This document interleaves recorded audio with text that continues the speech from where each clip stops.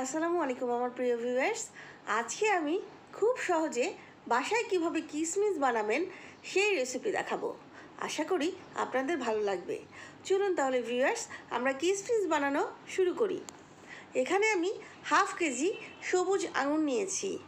এবার আঙুরগুলো বোটা ছাড়িয়ে একটা প্লেটে নিয়ে নিচ্ছি।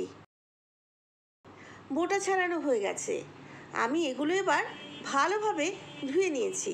এখন একটা হাঁড়ির মধ্যে 2 কাপ পরিমাণ পানি দিয়ে দিচ্ছি।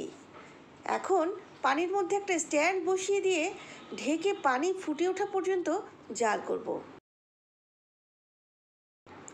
পানি ফুটে উঠলে স্ট্যান্ডের উপরে একটা এরকম ছিদ্রযুক্ত বাটি বসিয়ে দিয়েছি।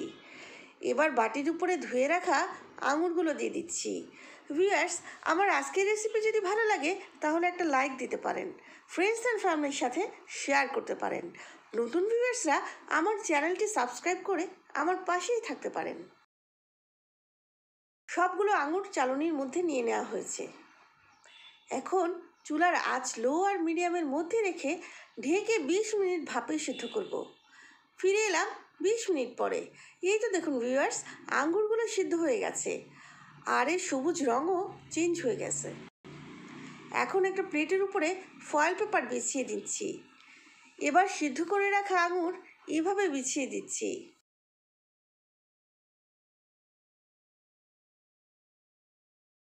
এখন রোদে শুকাতে দিচ্ছি।